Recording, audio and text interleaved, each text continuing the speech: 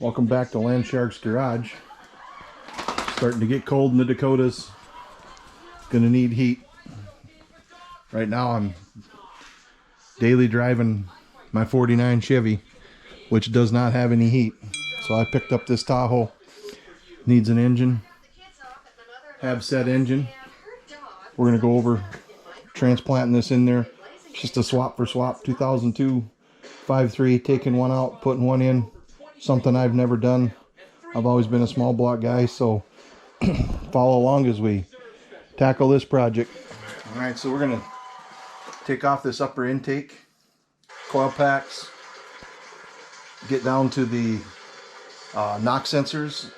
I had a guy tell me that when you got it apart like this, you should change out the oil pressure sensor, which goes bad on them quite a bit, and the knock sensors, since you're already in here, you won't have to do it, you know, later down the road. So I'm going to try and take care of that before we get too far. Whole new learning curve.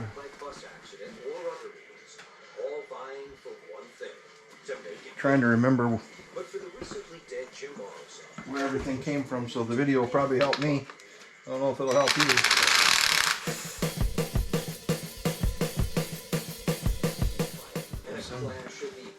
I'm a pretty big fan of marking things as you take them off. The place I bought the engine from is they have a core on the engine,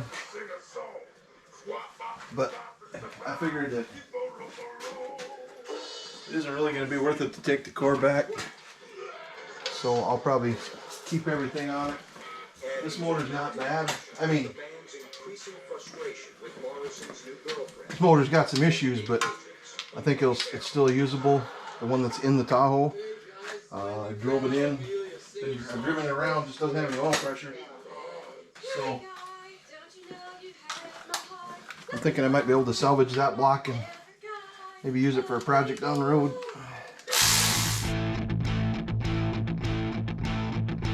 So this upper intake looks like it's held down by a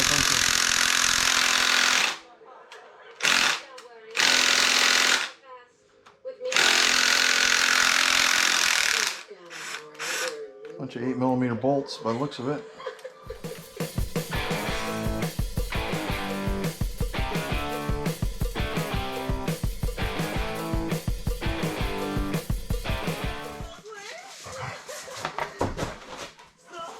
Looks like the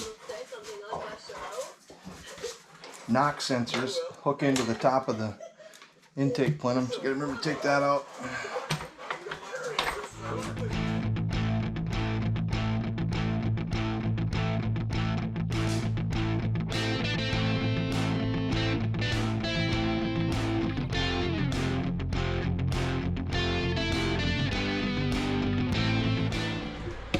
Okay, well, we're working on the knock sensors now. Exhaust manifolds came off without a hitch. Put new plugs in, new bolts and gaskets on the exhaust manifolds.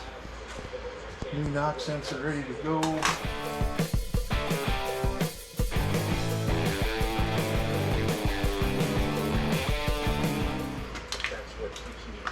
I bought the specific wrench for the oil pressure sensor on this.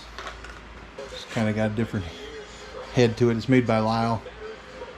I think they call it a 1 by 1 1/16 or something like that. If you Google oil pressure sensor wrench, you'll find it. This one's different than the one I looked up for it, so we're going to screw that back in there. See what's going on with that when we get the other motor out. We're ready to start working on getting the old one extracted. Get this one pushed aside until we're ready to go.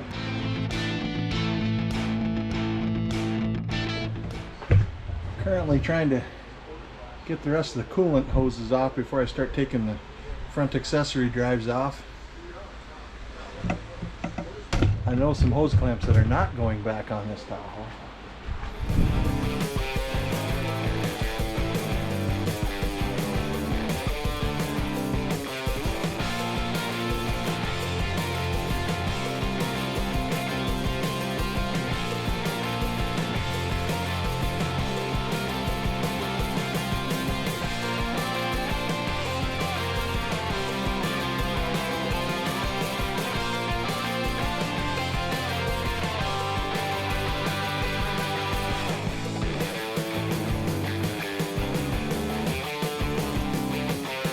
Well, everybody, I'd like to tell you this is a quick 2 hours later,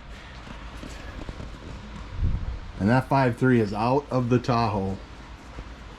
But I'd be lying to you.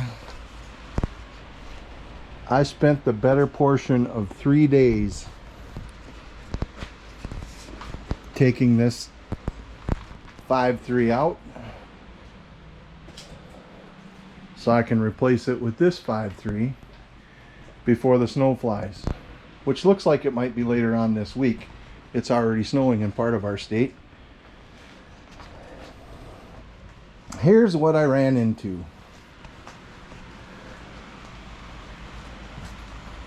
Don't ever be afraid to do something that you've never done before. That would be my first advice. I've never messed around with the 5.3. I've done a lot of engine swaps in vehicles. I've put engines in vehicles where they don't belong. I've never had a level of frustration like I did replacing this 5.3 or taking this 5.3 out. It took me 2 hours to get the starter out. Something that I should have been able to just drop down and let hang by the wires while I replaced it. It took me a couple hours of fiddling around to get the air conditioning compressor to drop out without having to unhook it. When we started taking the torque converter bolts out through the starter hole, I knew we were in trouble.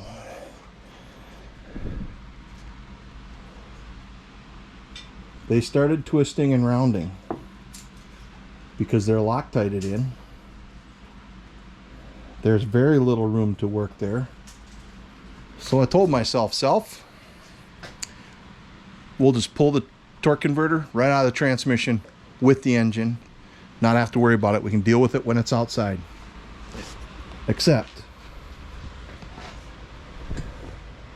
the oil pan hits right on that webbing of the front differential. Doesn't allow everything to come forward enough. You couldn't get enough angle to pull the torque converter off of the shaft on the transmission. So we put it back in and left it. This is about 4 hours of trying to just manipulate it to get it to come out of there. Me and Mrs. Landshark, God bless her soul, for putting up with me. I have to admit, this was a frustrating one. But there it sits. New used motor ready to go back in once I swap some stuff around. Having never done this, I didn't have a lot of the tools that I use when I'm doing small block Chevys and big block Chevys. You know, my metric tool supply was a little light.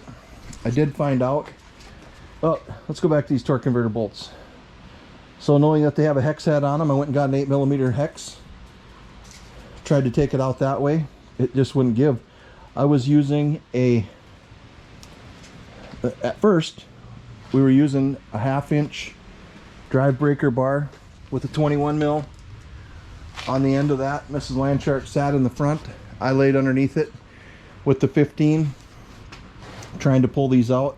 Then we switched to the hex heads, trying to pull them out. They wouldn't break loose. After we tried to pull the motor out, of course, we couldn't set her back down in there the way it was supposed to be.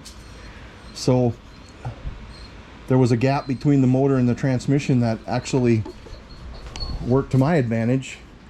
It gave me a little bit more wiggle room there. I was able to use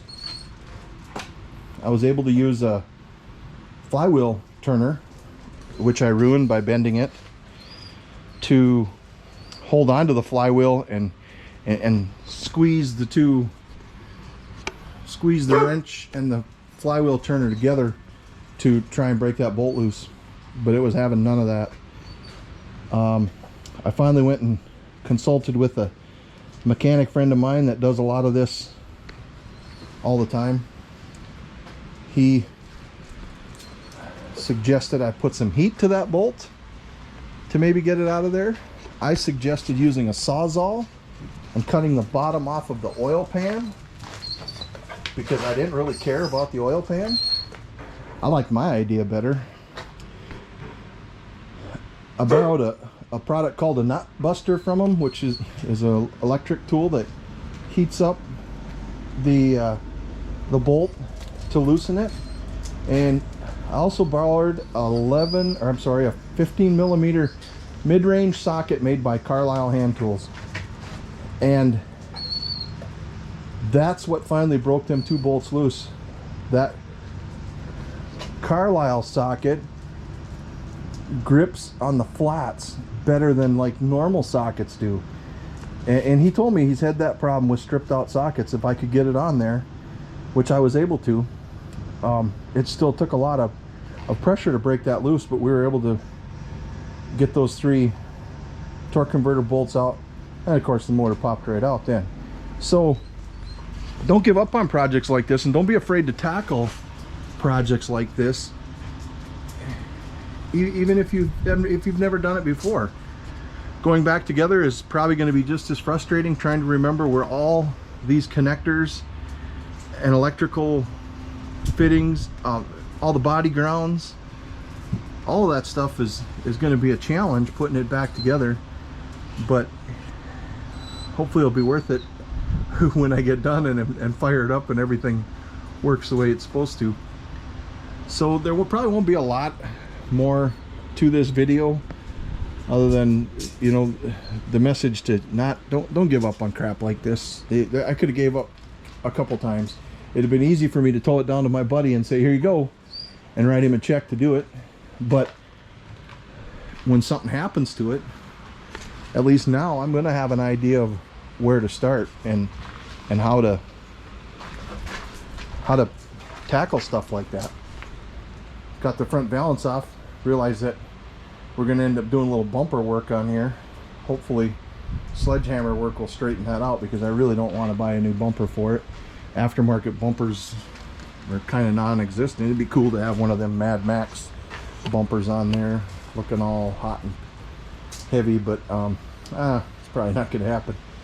Like I said, this is just basic transportation, get me back and forth to work. We've got Mrs. Landshark 68 to work on the motor. We got the 3+3 to work on. So short story, long story, there's some footage of me taking the top end apart on here that I thought would be kind of handy, till I realized it took about 8 hours of unplugging things and figuring out how connectors connect in. Motor's out. New motor's getting prepped to go back in today. Got a cool new light for my birthday that uses an M12 battery, Milwaukee light. Pretty good magnet on the bottom of it.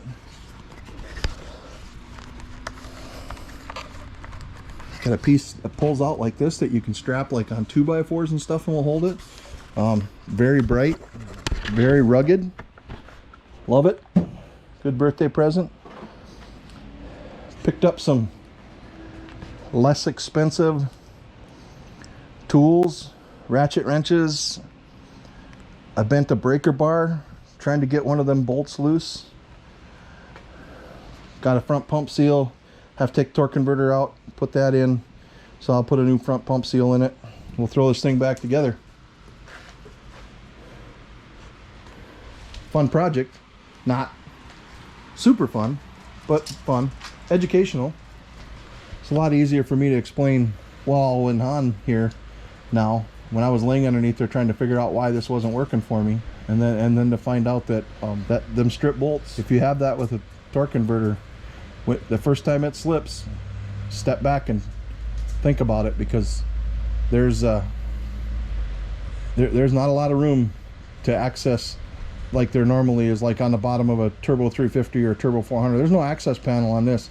You go through the starter hole, which is probably the size of a grapefruit, and you don't have a ton of room for access. I know guys use long extensions and run them all the way in and use an impact on it. But I'm afraid if I'd have used an impact on that, I would have been in I would have had a lot more problems. Like I said, we were about 5 minutes away from just cutting the bottom off the oil pan.